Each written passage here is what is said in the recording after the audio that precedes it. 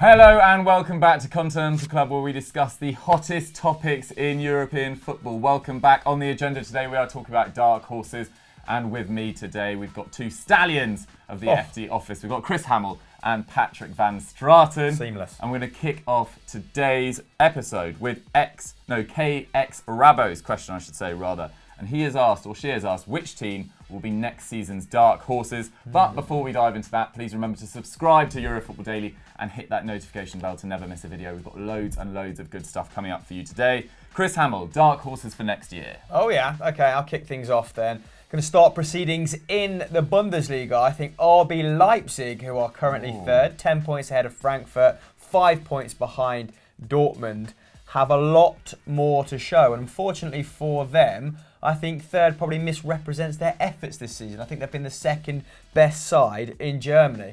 Unfortunately, they went through a bit of a bad patch in November, December, when they lost 4 of 7 games, and that's cost them at the tail end of the season. But since then, they've actually gone on a 13-game unbeaten run. So 10 wins, 3 draws, which has included 6 straight victories. So supercharged them to a guaranteed place in Champions League football. Really an interesting battle going on for the one remaining one with kind of Frankfurt and Leverkusen and Gladbach, isn't it? Yes. So keep your eye on how that pans out. They've actually got the best defence in the Bundesliga this campaign, which you might be surprised to hear, having only conceded 24 goals in 31 games. That's 6 fewer than Bayern. It's a great record. 6. I mean, Bayern have been a little bit unfortunate on the defensive end. Yeah, Leipzig have been a bit fortunate. Yeah, but XG still suggests, they've been the second best side, both, I think on the defensive end more so than the attacking end. And they are just jam-packed full of talent, aren't they? The worry here is that there's a bit of an exodus next year, but of course they've got Julian Nagelsmann coming in, which might mean that young talent thinks twice about moving on to pastures new. So Timo Werner, 15 goals and 5 assists so far this season. Hasn't been quite as prolific as last campaign, but that's because the goals have been more spread along that forward line this year. So Youssef Poulsen, 15 goals as well and 3 assists. Forsberg still there, a little bit older than the rest. He was touted to move to Arsenal last year, wasn't he, after that prolific creative campaign, which was their first campaign back in the Bundesliga, wasn't it? But 4 goals, 6 assists this year, not anywhere near as productive, but remains a very dangerous player. As well as those more established talents, there's some fantastic emerging talent too, isn't it? Things are really promising on the production line. Jean-Kevin Augustin, 21 years old. We thought that was an extremely wise move when they picked him up from PSG for not a lot of money last campaign. I think he put up very good kind of expected goals and assist minutes in very limited game time. Hasn't really worked out for him this campaign because of the form of the other centre forwards, but still 21 years old, so time on his side. Klosterman, 22 years old. Cunha, who they picked up from Sion, who's a 19-year-old Brazilian forward.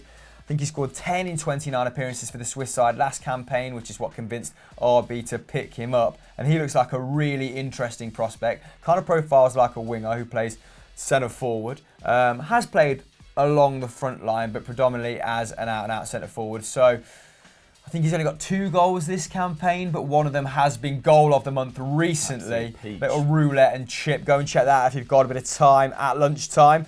This goes out at 5 o'clock, so maybe at dinner time. Over your tea, yeah. You've got Amadou Hadara, only 6 starts for him. No, 6 appearances, this campaign, 3 starts. Having joined from Salzburg in January. He was one of their outstanding prospects, the Austrian club, and one of their star performers in the previous 18 months, making an impression at Europa League level, on domestic level, and there's much more to come from him. Konate, who's keeping Upamecano out the side. Got such a good roster of young defenders, haven't they? We actually touted on Sunday Vibes, it's not coming out yet, Upamecano as a potential, he might be a potential suitor for Arsenal. Very limited game time. Konate probably the more polished, the more refined. Upamecano is probably the more polished and refined of the two. Konate maybe a bit more of a physical presence, but nonetheless, great kind of couple of options to have. Mukiele, who's deputised along that back four. He's still 21 years old. And Tyler Adams, who's been, I mean, you know about a bit more about him than I, Pato, but he's arrived from New York. He's made an early impression. and he looks like he might be ready for first team football probably a lot sooner than people expected. I think whenever you're looking at defensive midfielders now, you don't just want to look at their defensive output, but you want to look at what they can do to move the ball forward, especially if they're playing for bigger sides. That's certainly what we're seeing from teams over the last few years, that defensive midfielders are also expected to get it forward. And Tyler Adams is combining, 5 or 6 tackles and interceptions a game with 2 dribbles in the Bundesliga and a really high dribble success rate. And he's 20 and he's just arrived from MLS. And you think, that's tremendously exciting. If he can maintain that over the course of a season, then that suggests that he could be a really dynamic midfield presence. I think pretty much Moussa Dembele might be the guy who's really changed what we expect from a person in that deep role. And if he can do that in a really top side, and to be honest, I think the league in Europe which has the most competitive kind of midfield game, more happens in midfield in the Bundesliga than probably in any other league, then I think that suggests that you could step up to one of the really big sides, and we're seeing quite an exciting generation of American talent at the moment.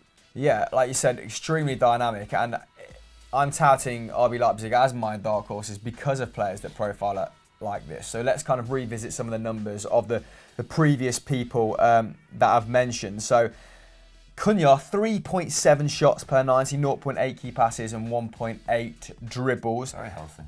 Extremely healthy with take on completion, of 64%. Very limited minutes. Yeah, a small sample size, but promising nonetheless. Hadara, so only 6 appearances, like we said, but 3.2 shots, 1.8 key passes, 2.1 dribbles, 3.6 tackles and interceptions. So Ralf Rangnick has really got these young players who have got an extremely expansive skill set, or might have it on both ends. And Tyler Adams, I don't really need to touch upon him. Pato's covered him.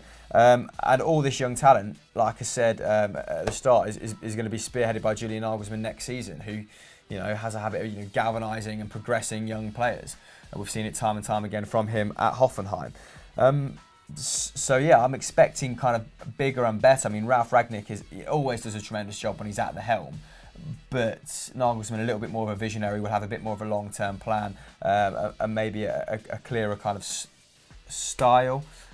Yeah, I mean, RB Leipzig did really well to recover, didn't they, from Hasenhüttl leaving, but maybe second, not beyond them. Yeah, 100%. No, it's a good roundup. They're definitely one to watch next year, and Nagelsmann will be chomping at the bit to get his hands on this young talent. Pat, who are you bringing to the table? I've got Atalanta. Okay. And Atalanta, look, I don't think there's really any chance RB Leipzig win the league next season, just because the way Bayern have strengthened. And Atalanta, probably in a similar position. They're relatively unlikely to win the title. But over the last few years, I think they've basically been the second or third best side in Italy. When you look at expected goals and shot numbers, you see that they have a phenomenal attack. And up until this season, they had a pretty decent defence. This year, one of the worst ones in the division. But they're very entertaining to watch. And when you look at the players that they get this attacking output from, it is quite remarkable. I mean, Papu Gomez is great, but Papu Gomez is clearly in decline. He's now over 30, 15 goal involvements this season, still very healthy, but not exceptional like it used to be. Ilicic, I think, has got 18 goal involvements. He's also over 30. But Duvan Zapata has been the star this season. Duvan Zapata has got 21 goals and 7 assists in Serie A, which is the same number of goal involvements as Cristiano Ronaldo. He's got an expected goals and assists per 90 of 1, which is better than anybody in the Premier League except for Gabi Jesus. So that's pretty insane from a guy who was moved on by Udinese and I think by Sampdoria. And I mean, look, they don't have tons and tons of young talent because they've sold a lot over the last few seasons. We've seen Conti move on at right back, we've seen Gagliardini, we've seen Kessié, but at the same time, a bunch of these players will probably last a little bit longer than they would in other divisions because Serie A is a little bit kinder to older players. And people like, there's Remo Freuler, for instance, in central midfield. He's 26 years old, good defensive numbers, between 4 and 5 a game. And he actually ranks in the top 15 players in Europe for deep progressions per 90, which is basically passes, carries and dribbles, which get the ball into the final third. So he's up there with Messi, with Jorginho, with Fernandinho, with Kroos, with Thiago. And this is a guy playing for Atalanta. And alongside him, we've got Martin de Roon, who is putting up about 5 tackles and interceptions a game. Between them, they're winning the ball back 9 to 10 times a match. They're so hard to get through. They've got the best attack in Serie A. just the best attack in Serie A, which is just a testament to Gasperini, because every season they seem to lose some talent. And actually, I think there is some promise for the attack, because they've got a guy called Moussa Barrow, who I've spoken about before, and he still doesn't get a lot of minutes. He's very, very young. Is that the ex-Swansea Moussa Barrow? No. That's a Modu Barrow. No, Modu Barrow. But he is Gambian, like Modu Barrow. I don't know if they're related, but he has huge shot numbers, huge key pass numbers, great expected goals numbers, great expected assist numbers, very limited minutes. But it looks like at some point he will be blooded, and I imagine it might be as Ilicic ages out. What I would be thinking about if I were them is how we move on from Papu Gomez. So, you look at Lazio managed to go and get Luis Alberto. I'd be looking around and thinking, is there some underrated forward around Europe who could be that Swiss Army knife for us, who could go and make that bit of difference, who's a goal scorer and a creator and a dribbler, all of which Papu Gomez can do, and a bit of pressing. So that to me would be the slight concern. But I don't know, if they were to finish 4th this season, which is certainly on the cards, it will be their joint highest finish since World War II. And over the last few years, they've got really unlucky with where they've ended up. They finished 7th a couple of seasons ago, despite having the second best expected points in the division. And what we've seen from them over the last few years is them staying competitive for the Champions League, despite getting consistently unlucky. Unlucky in attack, unlucky in defence. I think that if next year they were, for once, either to get the results that their play deserves, or, on the other hand, to get a little bit lucky, then we could see them easily jump up to 2nd, because I think Inter are pretty poor, and I do not trust their work in the transfer market. AC Milan, I still think, have a pretty middling coach. I still think there are issues with the squad. I basically don't trust Milan. Lazio, I think, are pretty much what they are.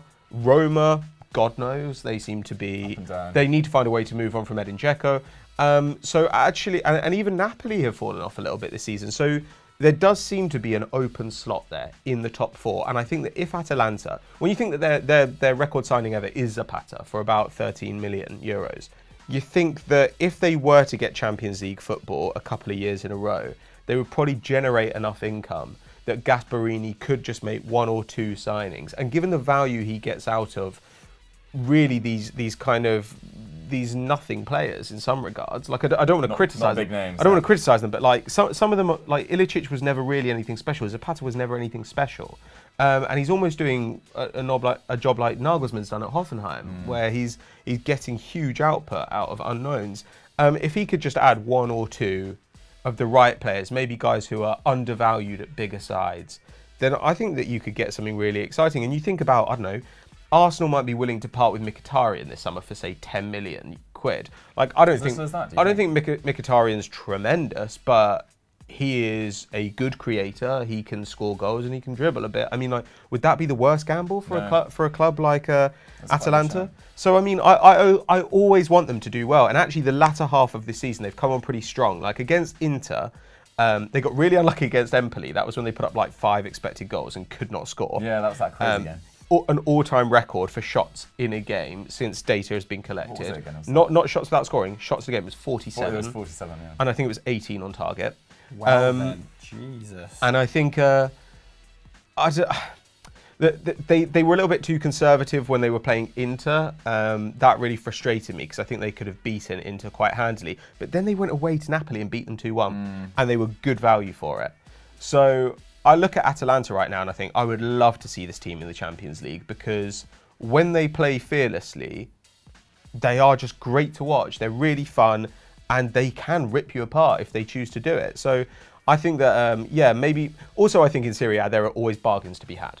Like, if you look around Serie A, you constantly see bigger clubs hoovering up interesting prospects from smaller clubs. And if Atalanta can establish themselves as one of the bigger clubs, because they don't have the history of an Inter or a Milan or a Lazio or a Roma, if they can establish themselves as a big club by getting Champions League football, then they can start to be the destination for, say, the better players at Empoli or Genoa or Cagliari or whoever it happens to be. So I think that, Atalanta is kind of like a neutral's favourite in Serie A, and it would be great if they finally get the reward that I think Gasperini's overperformance at that club has deserved. Yeah, their recruitment's going to have to be crucial, because last year they were in the Europa League and they actually did quite well. I think they topped their group with Everton and Lyon, and then got knocked out in some thrilling games by Borussia Dortmund, but their league form sort of suffered.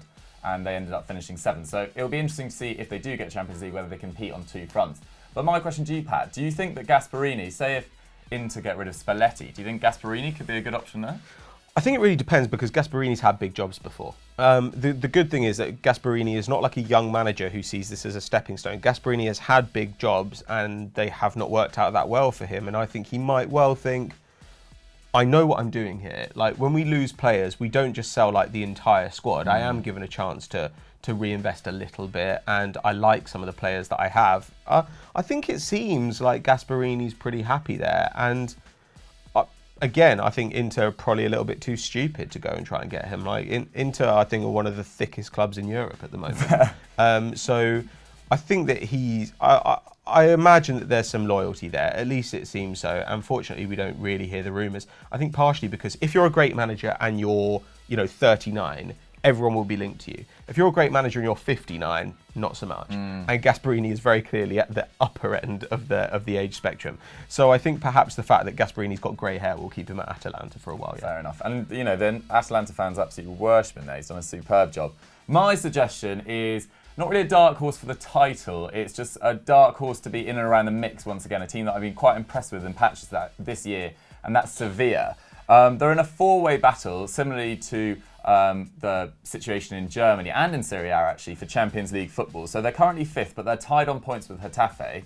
Getafe are ahead of them on goal head-to-head record. Valencia are 3 points behind them, and then Athletic Bilbao are 5 points behind Sevilla. So it's quite a tight battle for 4th. And their form of late has been pretty mediocre. They've had 6 defeats in their last 12 games, but also won 6 as well. They went away to Getafe, their rival for the top 4, 3 games ago now, and lost 3-0 away with 10 men. They then beat Rayo Vallecano 5-0, and then they went to Girona, who were just above the relegation zone last weekend, and lost 1-0, again going down to 10 men. So they're sort of shooting themselves in the foot at the moment, and it is quite frustrating. And Pablo Machín obviously lost his job. We were bigging him up in the first half of the year, lost his job in mid-March after an awful run.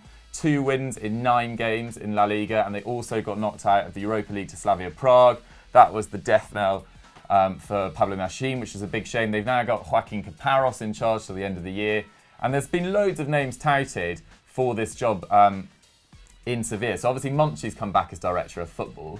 And one of the key men being linked with the job in the summer is Eusebio Di Francesco, which is quite interesting. Obviously works with him at Roma. Also River Plate, Marcelo Gallardo, who I can't say I know a whole lot about, but he obviously won the Copa Libertadores last year, although there's talk of that being rescinded and given to Boca due to fan violence, I think it was.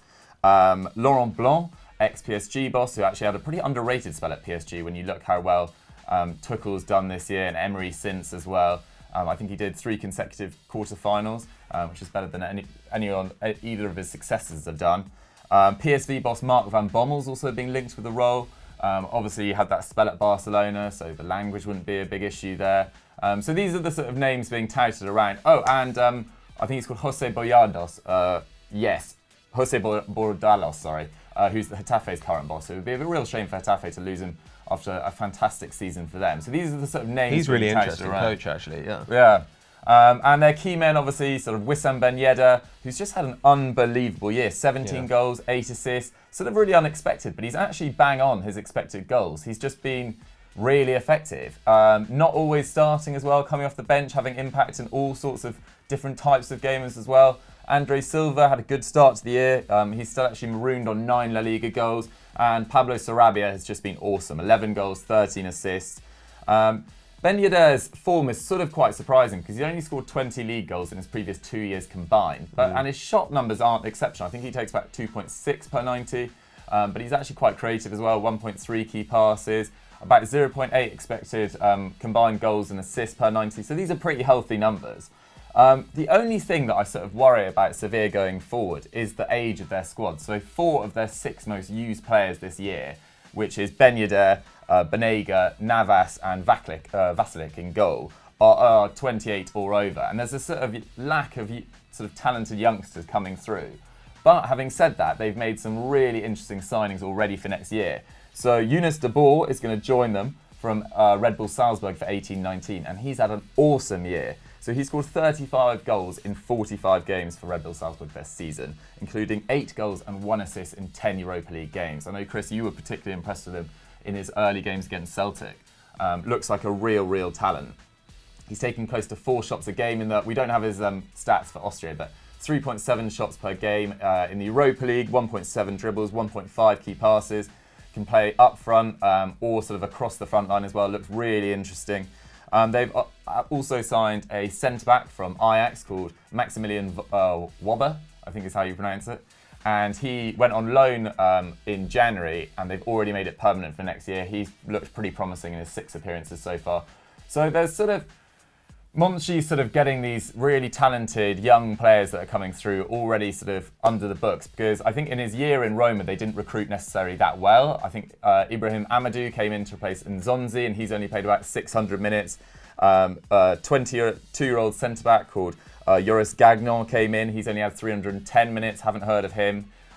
So their recruitment last summer wasn't good enough. So if they want to challenge for probably 3rd next year, is the highest they could probably aim for, they need to get their recruitment right this summer.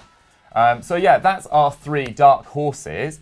Out of those 3, if we had to pick one dark horse, I'd probably go RB Leipzig as the most interesting proposition. Pat, what do you think? Yeah, though I think that if they'd got the bounces, I think Sevilla would have been in the title conversation this season. I think that if everybody had performed, had got the bounces that they deserved, then it would have been a 3-way tussle between Valencia, Sevilla and Barca for the title. Because they were right in the mix. They were 3rd until I think it was mid-December. And then they got super unlucky during that period that saw Machines fired. And frankly, when you look at the list of managers they're looking at now, yes, Bordalas is good and yes, Gallardo is highly rated, but actually I don't think that really any of them represent an upgrade on Machine.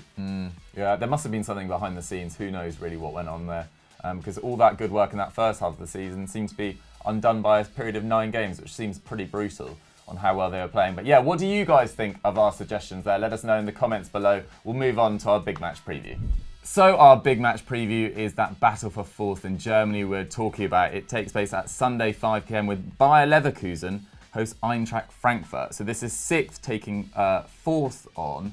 Pat, Eintracht Frankfurt, what did you make of them last night against Chelsea? What do you make of their form this year? I mean, they've been tremendous since Christmas. Not so much recently. The last 4 games, they've got a loss, 2 draws and a win.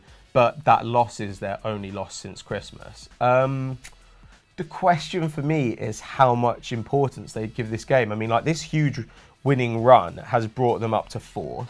And guaranteed Champions League football means a lot to them. But on the other hand, because I think if they finish 4th, it'll be their best finish in over a quarter of a century. But last year, Niko Kovac, his last act before he left for Bayern Munich was to deliver their first trophy in 30 years. And that was obviously a huge deal for them. And then this year, I think they've got a chance to win the Europa League. I mean, if they go through against Chelsea, then they will face Valencia or Arsenal in the final. And both those clubs have pretty ropey backlines. And I'd be looking at Jovic and Haller and Rebic, and I'd be thinking, we can do anyone here. And if we win that, then that's like immortality. That's more important. Like, look, the fact is you have to go into the history books to try and dig out, like, when was their best finish? You don't have to go into the history books to work out, to dig out trophies. Like, those are things that the fans will remember forever. And it will also get them into the Champions League again. So I wonder if maybe they'll rest some guys for this. I think that given that they drew against Chelsea at home, they will know that they're going to be in for a tough night at Stamford Bridge, especially as you might expect Eden Hazard to play. I would be thinking maybe let's drop at least Jovic and rely on Haller to do it. But their front line is absolutely ridiculous. I mean, Jovic's got 17 goals, 5 assists. Haller has got 14 goals, 9 assists. And Ante Rebic, who I do think is the forgotten man here, though last year he was being linked to Bayern Munich when he'd had United. He was being linked to those clubs last year when I didn't think he'd had a special season at all. When you looked at his numbers, there was nothing special about them. This year, not really being linked to anyone, his numbers are amazing. He's got 9 goals and 4 assists, and actually, when you look at his expected goals and assists per 90, it's been like 0.8, which is pretty ridiculous. Transfermarkt has got him valued about 35 mil, but he's got a contract till 2022. I mean, I wouldn't be surprised if someone came in for him. But generally speaking, they're a really good attacking side, pretty solid defensively. I mean, the defensive midfielder is Gelson Fernandes, 5.2 tackles and interceptions per 90, and 84% pass accuracy. So They're a really difficult prospect. I think Adi Hutter has improved them from a good counter-attacking side last season, and I think they're going to need to counter-attack in this game because Leverkusen's front line is looking filthy right now. I mean, this is a real attacking game. Yeah, 100%. Chris, what are the hosts by Leverkusen? What are they saying? Well, at the moment they're on 51 points, so Gladbach are ahead only on goal difference, and Eintracht Frankfurt are 3 points ahead of both of them. They've won the last 3 games, so in decent form of late, but they have been playing sort of middling clubs / lower end of the league clubs. Stuttgart, Nuremberg, and Augsburg, scoring 7, conceding just 1. But prior to that, they'd lost 3 games in a row to better opposition in Werder Bremen, to Hoffenheim and Leipzig. Obviously, 2 clubs there competing for Champions League football as well, so against bigger sides. But the worry was that they conceded 11 in those games. So they were quite porous when they were actually against a team that could stitch it together a competent attack, which eventually became Peter Bosch's undoing when he was at the helm of Dortmund, didn't it? That he just couldn't put a proficient defence together against good sides. And their record against the top 8, which obviously the opposition fall into this bracket, it is pretty horrific this campaign. So played 13, won 2, lost 11. They did beat Bayern though, didn't they? Not that long ago. They did beat Bayern. But I think they got a massive slice of luck in that game as well, didn't they? I think it was a relatively low quality fixture as well. I actually remember watching extended highlights and there wasn't a lot of chances, clear-cut chances created. I think Sven Ulreich only had to face him with a couple shots. But anyway, that's here nor there. They've got a couple, in a similar fashion to Eintracht Frankfurt, they've had, what's been great about their game this campaign has been in the final third, and Kevin Volland has been central to that. The 26-year-old is having a blinding campaign, so 14 goals and 7 assists in the league alone. 3 shots per 90, 1.3 key passes, and almost a dribble, 0.75 expected goals and assists as well. So just it's really added to his game and a threat on multiple fronts. I think that's actually even better since Boss came in as well. I think since Boss came in, it's at 1. His expected goals and assists per 90. It's jumped up to 1 recently. In fact, if you look at all their forwards and you break them down into across the whole season, and then just since Boss came in, then almost all of them have massively gone up in expected goals and assists. We wanted him to. He's always been a promising talent. We wanted him to hit a degree of consistency, and he has. This is his second campaign of scoring at least 14 league goals. Obviously, used to play for Hoffenheim. But the jewel in the crown, and someone who Leverkusen will be looking to hold on to for the foreseeable future, is still Kai Havertz. This languid young playmaker broke through into the team when he was just 17 years old, and now he's 19, 14 goals and 3 assists this campaign. 2.6 shots, obviously plays as a kind of advanced midfielder. His hero is Mesut Ozil, and he's said in many interviews that he aspires to play like him. That rises to 4.3 in the Europa League. So he's just very adept at finding space, getting his shot off. I'm not quite sure what his kind of shooting locations are like. Maybe we can break that down in another video. But still a decent creative force as well for others. 1.1 key passes, 1.5 dribbles, and his 0.35 expected goals is actually better than Leroy Sané this campaign. So he's kind of keeping really good company for players who are around his sort of age. But with this comes interest from the big boys, and there is no bigger boys than Bayern Munich, who have been reportedly heavily interested. That's Sport Bild who have reported that, and they're supposedly weighing up a €75 million bid. Leverkusen want closer to a ton. They want closer to 100, which is around £86 million. Now, if Dortmund can generate over 100 for Jadon Sancho, then there's a real case for paying 86 for Kai Havertz here. Other contributors, Julian Brandt remains extremely able, doesn't he? He's someone else that I thought might be around the 23-24 mark, kind of looking for a Premier League move. Kind of thought in the past that he's might be well suited to Spurs, but his form's kind of ebbed and flowed, I guess. 5 goals, 11 assists, still pretty good, isn't it? Bellarabi's 29 years old now, almost contributed to 10 goals. Peter Bosz has come in, and Peter Bosz even, and has won 9 of 14. So has kind of salvaged his reputation somewhat in Germany with Leverkusen, who, are one of the most hated clubs in Germany, and he wasn't very popular when he left Dortmund, was he? So a perfect match maybe in that regard. They've scored 3 goals on 5, 3 or more goals, on 5 occasions, but conceded 3 on another 3 occasions. So I'm not sure if he's learnt his lesson from his time at Dortmund, but he very clearly, has a very defined philosophy, and he's sticking to it. But there will be, like Pat said, well, I hope there will be goals in this game. Oh, 100%. It seems like that, doesn't it? A leaky Bayer Leverkusen and, frightening going the other way, and then an Eintracht Frankfurt with an awesome attack. So it seems like that. And Eintracht will do well to win this. They've only won 2 of their last 10 league meetings, so that might be a bit of a stretch. But if we had to have a score prediction, guys, what do you guys reckon? Pat?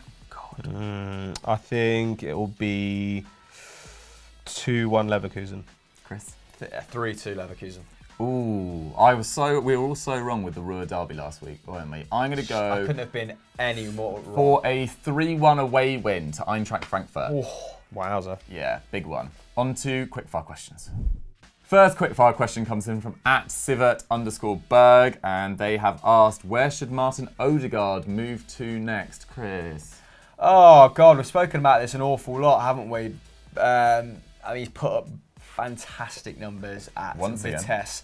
He put up solid numbers at Heerenveen, and he's upped his game big time at Vitesse. So it's nice to see that incremental progression, and more than incremental. It's very solid. We've said Ajax. I think that's probably a little bit boring at this point. I think he could make a real impression. Tottenham might be a little bit beyond him. Wouldn't mind seeing him there in place of Eriksen. But if I was Everton and Gylfi Sigurdsson's approaching his 30s, he's an all-action kind of attacking midfielder. Gives you defensive numbers as well, which Gylfi doesn't, and probably better deep progression, because Gylfi kind of only completes passes in the final third, doesn't it? Doesn't really contribute that heavily in the middle of the park. So Everton. Nice. Pat? I said Everton on another show. I don't remember what show it was, but yeah, I agree with Hamill. I think Everton's the right spot for him. I'd like to see him go back to Spain and sort of prove himself there after not really getting much of a chance at Real Madrid. Maybe if Pablo Sarabia moves from Sevilla, he could do a good job there. Nice. Next one, @MBQPR has asked, is Tuchel the most overrated manager in Europe? Let's have a quick answer to this and then suggest someone that could be if you don't agree.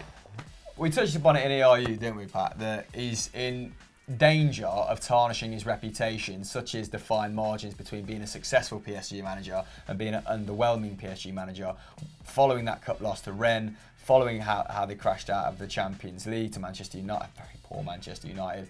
So he is in danger of being in a worse place than his last season at Dortmund when he won the Pokal. So I don't think he's overrated, but yeah, it's going to take, maybe his reputation will take a bit of a bashing. Overrated. Can you think of anyone you think of as overrating in Europe's top 5? I think Valverde's overrated. I think Eddie Howe's overrated. But these guys are not like hugely overrated. I think. Well, if Howe were to get say the Spurs job, that would be an indication of being supremely overrated. I don't know, man. It's actually a really difficult one because most managers around are fairly decent. But Tuchel clearly isn't. I think that after this, he'll probably go on to, if Arsenal are looking for a manager, if Spurs are looking for a manager, if Bayern are looking for a manager, he'll go on to one of those and he'll be absolutely fantastic. I don't know, it's a really difficult one. Yeah, fair enough. I think on the basis of this season alone, not that he hasn't done a good enough job, particularly if they, win a Europa League, get back into the Champions League, but Maurizio Sarri, I think, has been slightly underwhelming this year. I'm not sure whether he's overrated, but from what I was expecting when he left Napoli to now, I've been massively disappointed. Although that's a lot of issues with the squad as well. So I'd really like to give him more time before I brand him as the most overrated manager in Europe. But I've been underwhelmed. At the moment, you don't have time to become overrated, do you? Because, like we've seen with Machine, a run of 9 games means you're out the door. And if you don't have a job, then how can you possibly be overrated? And there's plenty of kind of decent management talent that has gone to the likes of China and you see it, and it's puzzling. You know, AVB heading out there, Roger Schmidt heading out there. You think these are people who could probably still do a job at a decent club in Europe. Especially both of them being comparatively young as well. Absolutely crazy. But yeah, that's all we've got time for on Continental Club for this week. We've given you an absolute blockbuster episode. It's about 30 minutes maybe even longer. So let's wrap up now. Christopher, what should the good people go and do? Okay, so We Need to Talk is out now on Football Daily. Go and check that out. Don't know what Joe has done this week, but he was talking about Cantona and a penis last week, so things can only get better from there. Stat Wars the league and Stat Wars the champions. And what is happening on FDFC? Anything new? Squad goals will be coming back soon. Probably sevens this weekend, I imagine. So go and check that out. Go and check that out. Pat, anything to say? No. Podcast is coming. Oh back yeah, this the week, podcast is back. We've been getting a lot of complaints. Somebody asked me if we'd cancelled the Strand, which no, we haven't, but we are quite busy. So yeah, the podcast will be back this weekend. So check that out, obviously. Cheers, guys. Bye. Bye.